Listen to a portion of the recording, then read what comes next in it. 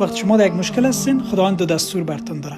بخوایم سر از این مورد صحبت بکنیم که چی دستور است. وقتی شما در یک مصیبت هستین، وقتی در یک مشکل هستین، وقتی ناامید هستین و فکر میکنین که هیچ راه حل بر مشکلاتتون وجود نداره، در اینجاست که خداوند دو دستور به شما میده. میخوایم سر از این صحبت بکنیم که دو دستور چی است. اول بیاین به خاطر داشته باشیم که زندگی به اساس اون چی دین ما میگه، زندگی آزمون هاست و بدون شک هر کدام ما براهای مختلف از جانب خداوند امتحان میشیم. میدونین یگانه راهی که بتونیم از این امتحانات موفقانه بیرون آییم و ازش بگذریم چی است؟ او را صبر است.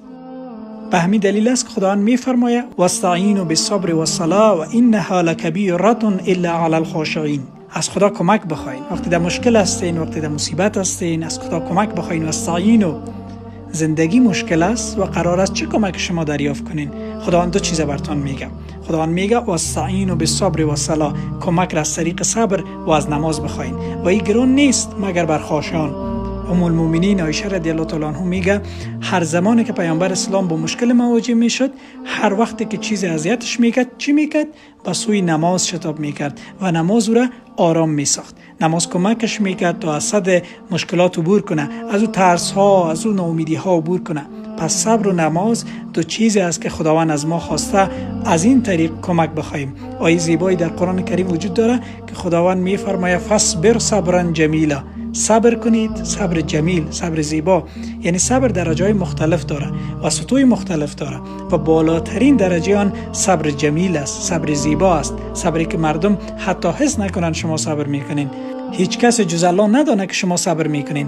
این صبر کامل است. هیچ کس نمیبینه شما ناامید هستین، هیچ کس نمیبینه شما آشفته هستین، هیچ کس نمیبینه که شما احساس خشم میکنین، چون شما بالای آن به حد مسلط هستین که تنها خدا میدانه و خدا میگه فاصبر صبرا جمیلا، صبر کن صبر زیبا. صبرتون تکمیل کنید تا زیبا و کامل شود. و یکی از احادیثی که میخوایم اینجا براتون بگویم این است که چگونه میتوانیم یک فرد با صبر و با حوصله شویم، چگونه میتونیم صبر بکنیم. خب اجرای ساده ای وجود نداره. طبعا روزه یکی از راههایش است که ما میتونیم صبر کنیم و ما اساسی ترین راهی است که ما خود از خدا بخواهیم و اشتیاق برای صبر داشته باشیم و آتش لازمه به خاطر صبر از خود نشان بدیم. این میتونیم از یک حدیث زیبایی در صحیح بخاری دریابیم و این یک حدیث زیبا و در این حال یک حدیث آسان است و ما میخوایم میره به خاطر بسپارین تا هر بار که با مشکل مواجه شدید و یا با مصیبت سر دچار شدین این به خاطر بیاورین.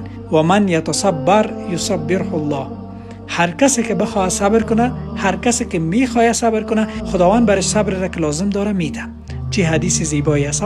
هیچ راه جادویی وجود ندارد و هیچ روش وجود نداره مگری که ما بخوایم صبر کنیم. و من یتصبر، وقتی مصیبت شما را فرا میگیره شما در میابین که نیاز به صبر دارین و از خدا میخواین که بار خدایا کمکم کو تا صبر کنم. بسیار ساده است خواهرها و برادرای گرامی. میخواین صبر کنین؟ پس نشان بدهید به الله که شما اشتیاق بر صبر دارین و بدانید خدا وعده کرده شما صبر را که میخواهید به دست میارین. خداوند در قرآن کریم میگه ولربک فاصبر، و برای پروردگارت صبر کن. اگر به خاطر خدای خود صبر میکنین پس حتما صبر به دست میارین. ما باید خدا مطمئن بسازیم و درک کنیم که صبر از جانب خدا داده میشه. میخواین صبر به دست بیارین پس به خدا به صبور باور داشته باشین. دعا کنین و از خدا بخواین و بدانین که خداوند شما را از مادرتان که بیشتر دوست داره. همان گونه که پیامبر گرامی اسلام محمد مصطفی صلی الله علیه و سلم میفرماید هر چی که اتفاق میفته به خوبی ما اتفاق میفته، حتی اگر ما او را ندانیم. بیاین که شیوه را عملی کنیم، چون ایمان و صبر با یک دیگه وصل هستن. کسی که ایمان داره صبر داره و کسی که صبر نداره ایمان کامل نداره. پروردگار به همه ما شما صبر نصیب بکنه.